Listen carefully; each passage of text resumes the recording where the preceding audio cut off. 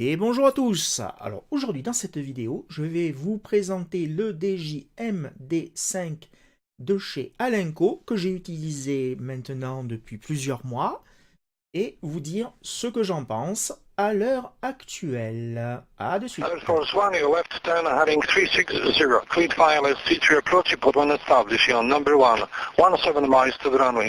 Left turn 360 for runway 33, report established, Air Force One. Et voici donc le poste tour du propriétaire. On dévisse l'antenne.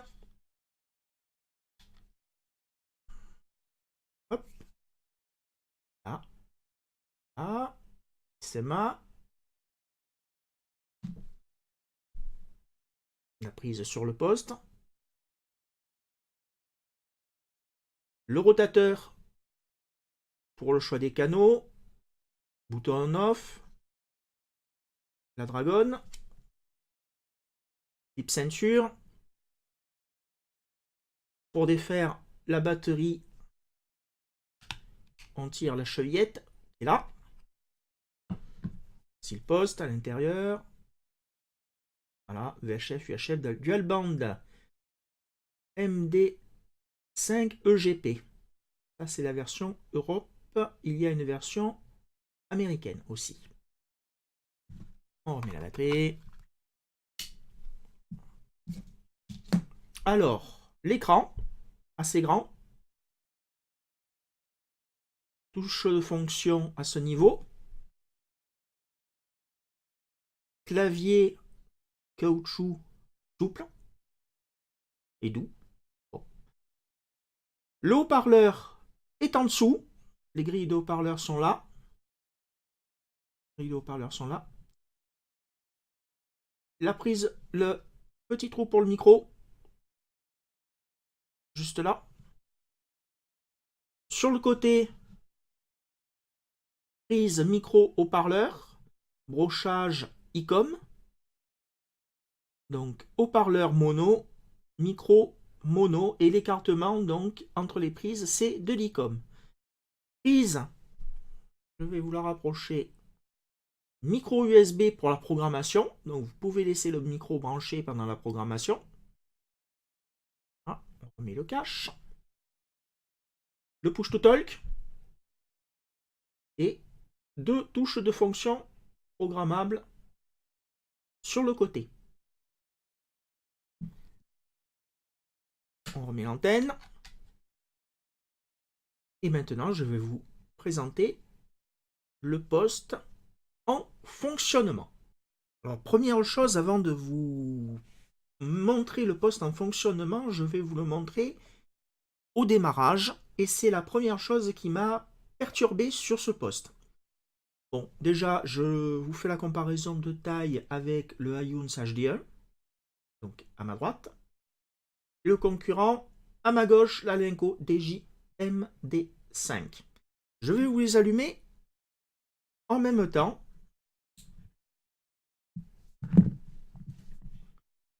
Le Aiyun HD1 est déjà allumé. L'Alinco prend son temps, fait un tour de chauffe, et maintenant, il est en fonction. On va maintenant passer à l'utilisation du menu du poste lui-même. Voilà, donc le poste est allumé. On a sur l'afficheur le nom des canaux que j'ai rentré en mémoire, sans les reflets de la lampe. Là. Si vous regardez bien, il y a un T1 qui est marqué, donc ça c'est pour le numéro du slot. A plus D, c'est une première chose très intéressante sur ce poste. Ça veut dire que A plus D ou ANA, vous voyez, il y a A plus D, DIG, ou ANA en affichage à côté de la mémoire, c'est juste là. ANA, ça veut dire qu'il émet et qu'il reçoit en analogique.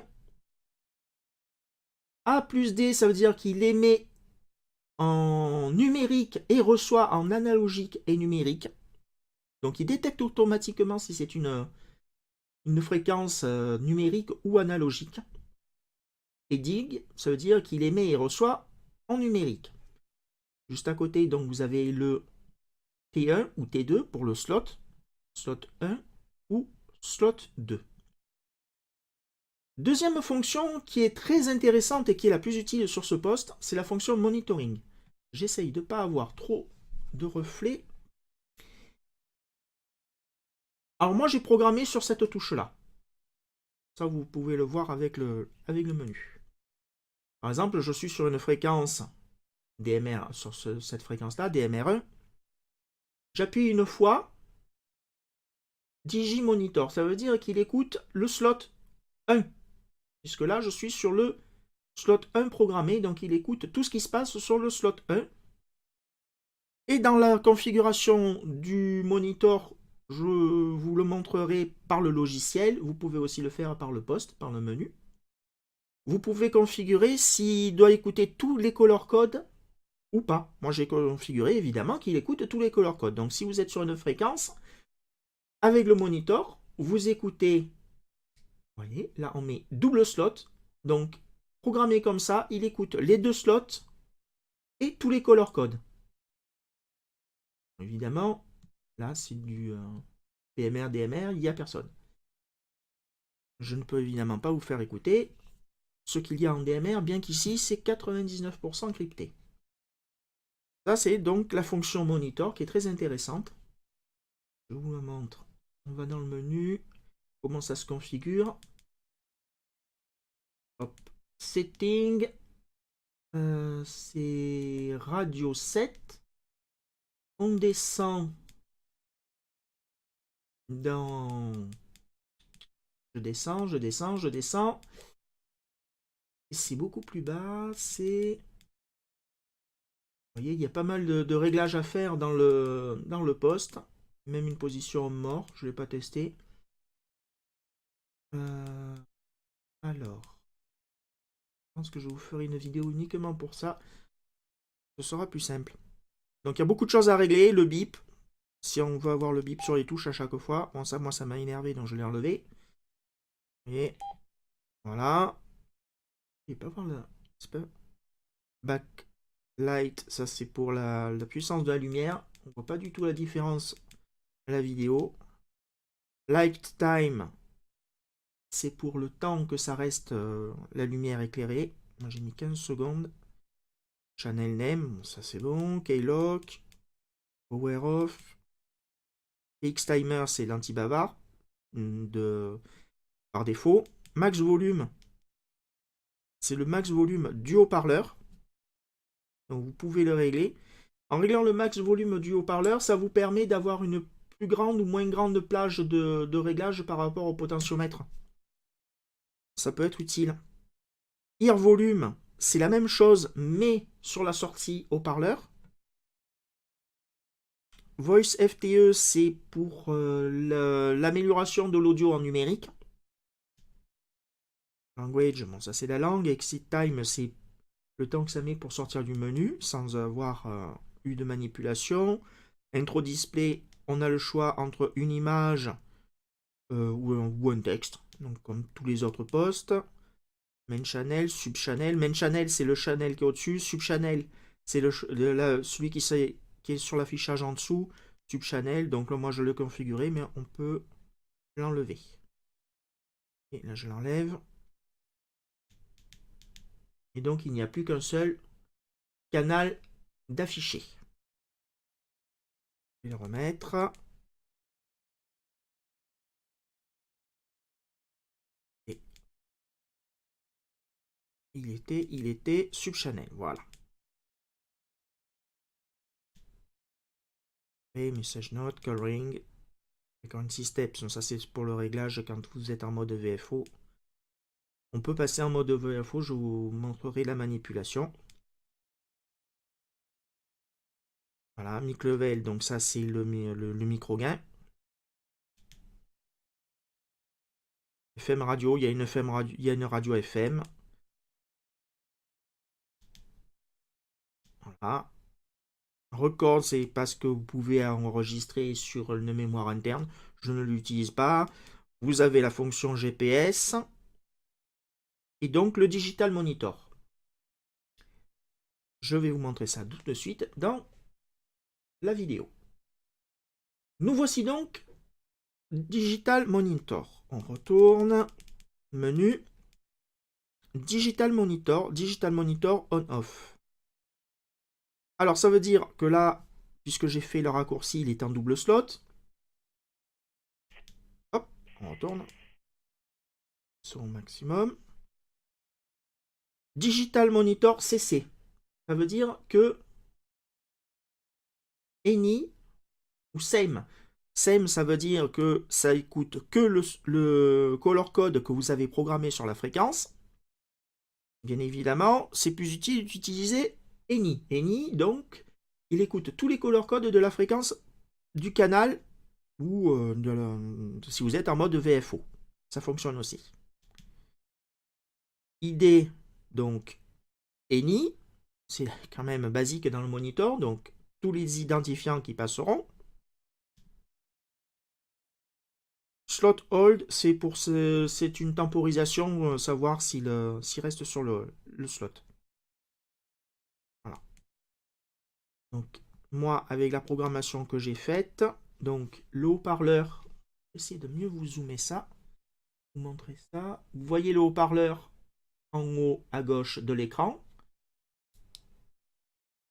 Trompé de touche. Voilà, là je l'ai enlevé, donc il n'y a plus les petits haut-parleurs. J'appuie une fois Digital Monitor Single Slot, donc il écoute que le slot 1. Il y a un seul haut-parleur avec un petit trait à côté.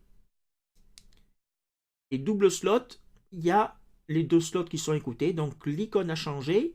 Il y a l'icône du haut-parleur avec les deux petits traits à côté. Voilà. Donc avec cette configuration-là, je peux me mettre sur une fréquence en numérique. Il écoutera les deux slots et tous les color codes. Alors, voici le passage en mode VFO. Il est un petit peu problématique parce que dans le menu, vous allez voir. Donc, je suis dans le menu. Je vais essayer de trouver Setting, Radio 7. Je vais Channel Name. Et je fais Frequency. Jusque-là, tout va bien.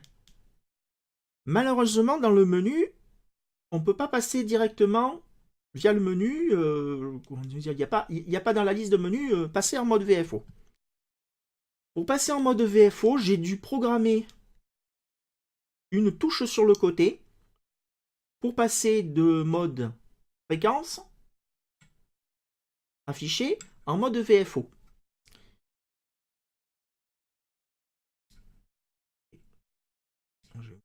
Voilà. Et là, on est en mode VFO.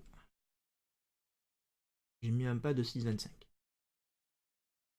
Et je trouve que c'est un petit peu dommage à ce niveau-là, franchement, d'avoir fait ça. Et je suis obligé, maintenant, donc, si je veux repasser en mode mémoire, donc, avec affichage fréquence, on ne peut pas via le menu. Radio 7, vous voyez, on ne peut pas. Là, je repasse en mode mémoire. Les channels selected. C'est via la programmation d'une touche sur le côté que je passe en mode VFO. Ils n'ont pas pensé à faire passer en mode VFO via le menu. J'ai trouvé ça très dommage. Je comprends pas pourquoi ils ont fait ça. Là, c'est bizarre. Tous les autres postes le font, mais eux, non. Si vous cherchez un poste qui passe très facilement de mode VFO à mode mémoire, je vous oriente très facilement vers le iUMS HT1. Ça, c'était donc le deuxième problème avec ce poste. Donc déjà, le temps d'allumage. Maintenant, le fait de devoir un petit peu galérer pour passer en mode VFO. Voilà, c'est le deuxième truc qui me gêne. On va passer à la suite. Le logiciel est démarré. Donc, vous avez à votre gauche le menu déroulant avec toutes les fonctions possibles. Le grand cadre, ici, c'est pour les fréquences que vous avez rentrées. Là, vous voyez. Radio ID, contact, ça c'est pour le TX. Channel name, numéro du canal. Après ça, vous pouvez aussi le configurer. On descend. À noter que si vous ne l'avez pas encore fait, je vous suggère très fortement, je vais vous montrer, de rentrer ces fréquences-là, les Baofeng. Car je me suis retrouvé avec des gardiens de supermarché qui avaient acheté des Baofeng avec la programmation d'origine, qui n'avait rien changé. Donc j'ai des supermarchés qui sont actuellement dans les 462 mégas. Ça se promène, vous voyez. Ils se sont pas embêtés. Ils ont pris ça et ils utilisent ça. Complètement hors bande et non autorisé, bien évidemment. Voilà. Bon, c'était un petit aparté. Maintenant, passons à une fréquence, par exemple. On va trouver une fréquence en... Bon, par exemple, celle-là qui est en analogique, mais je vais vous présenter une fonction utile sur le poste. Là, elle était en analogique. Donc nous avons RX, TX, channel type A analogue, D digital, A plus D ou D plus A. Analogique, numérique, là c'est facile. Après il y a une spécificité de l'Alenco, A plus D TX A. A plus D ça veut dire analogique et numérique en réception. Il détecte lui-même si c'est de l'analogique ou du numérique. Et D plus A, c'est pareil. Il détecte aussi si c'est du numérique ou de l'analogique. Pourquoi les lettres sont inversées? Simplement parce que là, il émet en analogique. S'il les reçoit en numérique, il remettra en analogique au moment de l'émission. Et là, par contre, il émettra en numérique. Transmit power, height, bon, BusyLock, scanlist, je n'ai pas programmé le scanlist. TX prohibit, c'est pour éviter de passer en émission, donc pas utile. Work alone, c'est pour le poste travailleur isolé, ça se configure aussi via le menu. Strauss mode, je ne sais pas ce que c'est. Ranging, c'est pour, paraît-il, d'après les infos que j'ai trouvées, voir la distance entre les deux postes. Je ne sais pas comment ils font, je ne l'ai jamais utilisé, jamais réussi à le faire. Talk around, c'est normalement, ne devrait pas être possible de le configurer puisque c'est pour du numérique, mais bon. Bon, la partie analogique, c'était CSS, Squash Mode, DTMF, 2 tonnes, 5 tonnes, PTTID, et vous pouvez configurer votre propre CTCSS. Ça, c'était pour une fréquence analogique. Je vais vous montrer une fréquence en numérique, par exemple, le toll group 9 du relais local en numérique. Receive, transmit, des digital. Vous avez toujours la possibilité, donc, à ce niveau, de réémettre en analogique ou en numérique. On laisse en numérique, évidemment, puisque c'est un relais numérique. Transmit power. TX permit, quand on est en numérique, sur un relais radio amateur, on met SEM color code. Jamais passer en always, pour éviter les problèmes. Scanlist, j'en ai pas mis. Le contact, ça c'est pour passer en émission, en numérique. L'identifiant radio, donc j'ai mis mon identifiant radio. Vous en avez jusqu'à 32 possibles, identifiants radio, de configurables par le menu. Color code, slot, reçu group list, digital encryption off, bien sûr. Là, j'ai mis le ranging, mais je fais des essais au fur et à mesure, mais je vois pas la différence. Voilà, donc ça c'est une configuration basique pour un talk group radio amateur. Voilà. Maintenant, on va dans les... Alors, c'est... Donc la radio ID list, vous l'avez là. Vous en avez jusqu'à... à première vue, plus que 32. Je croyais que c'était 32, mais quoique... C'est pas parce qu'il y a 200 lignes que on peut rentrer. Je crois que sur la doc, c'était 200 lignes. Je vérifierai. Ça, c'est Talk Group que j'ai rentré. SMS, inscription code, Digital Contact List. Il va peut-être mettre un petit peu de temps à charger. Ça, voilà. Jusqu'à 160 000 contacts à l'heure actuelle. On peut mettre dessus. Vous voyez, ils sont là. Analog Address Book, ça c'est pour le DTMF.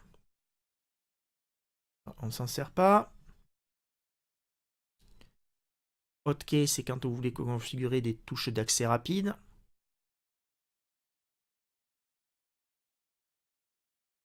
Et quelle information, alarme setting, optional setting. Et là, on rentre dans les choses sérieuses. Présentation tout d'abord. Donc, optional setting, vous avez tout ça de optional setting à avoir. Je vous clique tout de suite sur Digital Fun. Parce que c'est la partie la plus intéressante sur le poste. Peut-être un petit peu éloigner le micro. All Groove, alors, moi ça c'est ma configuration. Après, si vous avez un Alinco, vous le réglez comme vous voulez. Digital Monitor CC, ENI ou SEM, comme sur le poste. Digital Monitor ID, ENI ou SEM, comme sur le poste. Slot, Hold, Off, Remote Monitor, tout ça. C'est là que vous pouvez régler donc, soit par le poste, soit par le logiciel, la fonction Monitor du poste. Très intéressant.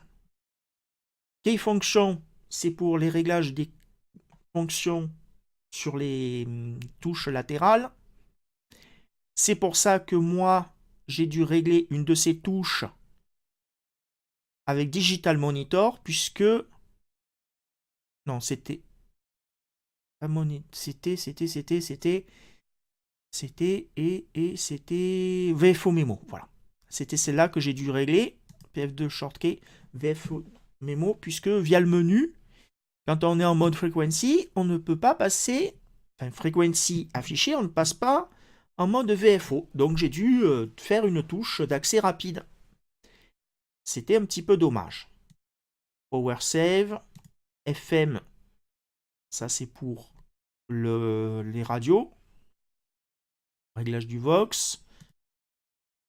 Ça c'est STE, c'est le type de CT, CSS. Bon. Record, je m'en suis jamais servi. Auto Repeater, c'est pour régler quand vous êtes en mode VFO, le décalage de répéteur automatique. Alors, GPS, jusqu'à présent, je ne sais pas si c'est le poste qui a un souci, mais je n'ai pas encore réussi à avoir une réception GPS. Je ne sais pas pourquoi. J'ai pas approfondi la chose. Le Ions HD1 à côté, il reçoit le GPS très rapidement, et là, lui, ne veut pas du tout accrocher le GPS. Donc, je ne sais pas pourquoi.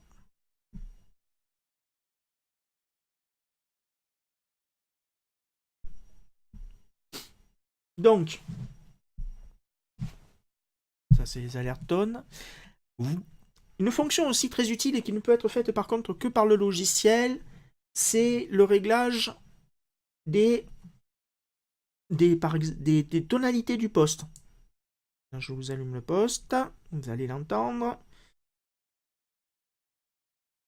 Ah oui, il est plus lent que la Ions, hein. Beaucoup plus lent. Il n'est toujours pas allumé. Hein. Ah, voilà. Par exemple, là, je suis sur une fréquence en PMR. J'espère que ça passera au micro. Ce bip-là est réglable à ce niveau-là. Non, c'est le Colton. Ça, c'est ma configuration. Vous pouvez avoir jusqu'à 5 tonalités. C'était très intéressant. Vous pouvez configurer si vous le voulez en analogique, en numérique, ou pas du tout. Voilà, Talk Permit, c'est le tone.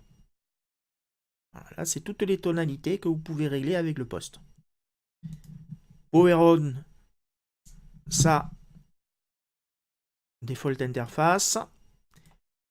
Custom caractère, custom picture, custom caractère, c'est ça. Password, work mode, box, tout ça. Voilà, ça c'est le logiciel. Il est très bien. Vous voyez, on peut régler la FM, scan list, les zones. Voilà. Bon, il est basique, hein, il n'y a pas de trucs fantastiques. Les seules choses intéressantes sur cet Alenco, c'est le monitor. Les fonctions monitor. Voilà. Passons maintenant au bilan. Pour vous dire ce que je pense de l'Alenco, je suis déçu. Par plusieurs choses. Le temps d'allumage, que j'ai pu vous montrer et qui est pour moi un petit peu lent.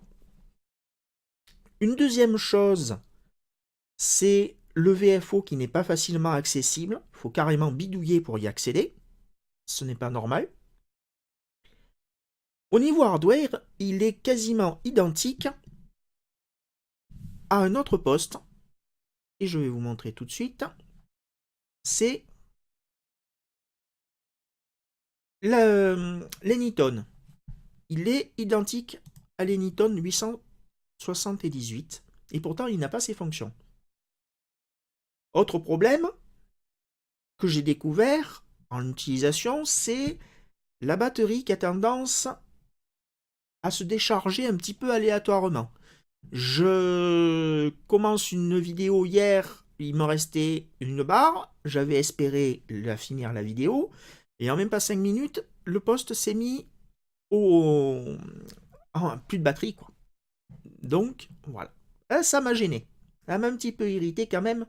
Ce déchargement de batterie aléatoire, c'était un petit peu gênant.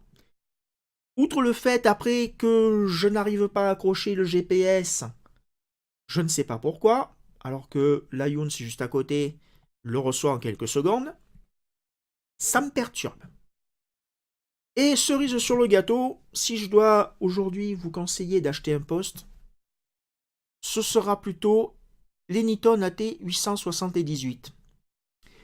Parce qu'Alenco, c'est de la marque, ok, sauf que ça a été racheté par un fabricant chinois, d'après les informations que j'ai pu trouver sur Internet, et la qualité est devenue normale. Alors je vous montre cette page-là, pas pour le magasin, mais pour les prix. Un simple truc de batterie Eliminator. C'est tout basique à l'intérieur. Il y a 3 composants de rien du tout. 30 €. C'est pas ce magasin en particulier, hein. Sur eBay, vous l'avez aussi à 30 €. Le prix de la batterie. 30 € la batterie, 2700 mAh. Ça fait un petit peu cher quand même. Je vais vous montrer. Batterie. Là, elle est à 35. On va dire 30, un peu plus de 30 €, 30-35 € pour la batterie. 30 € pour le câble, l'éliminateur de batterie. Je regarde la même chose pour l'Eniton. Le prix du poste est quasiment le même, hein. On n'est pas à 10 € près. Pour le poste. Attention. Batterie Eliminator, 6,40 €. Ça, c'est un prix normal, hein. C'est tout ce que ça vaut. Il y a 3 composants de rien du tout à l'intérieur, hein. 30 € pour un batterie Eliminator, je trouve que c'est un peu sévère. 6,40 €, ça va très bien. La batterie de 2100, 20 € au lieu de 30 €. Il y a 10 € Et vous voyez, en plus, la capacité est inférieure. Je trouve que le prix des accessoires chez Alinco est exagéré. Parce que quand on achète un poste, on n'achète pas forcément que le poste. Il faut penser aux accessoires à côté. Chose à savoir, l'Alinco, c'est du brochage ICOM pour le poste, pour le micro. Donc vous devez, si vous n'avez pas de micro, vous devez acheter un micro. Brochage ICOM.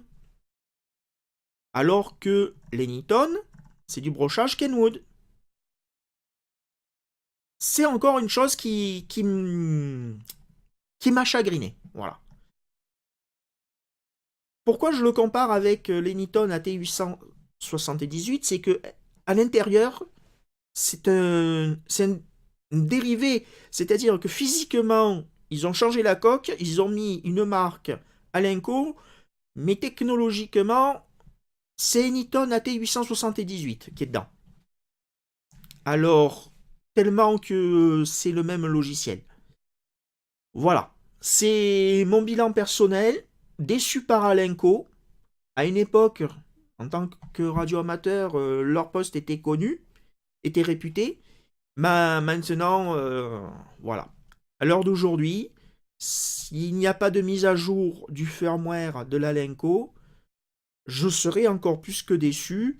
Et tant qu'à acheter du matériel chinois, acheter du vrai matériel chinois qui aura une meilleure communauté derrière, un meilleur suivi, parce que j'ai vraiment l'impression que niveau communauté et suivi, Alinco, il y a zéro.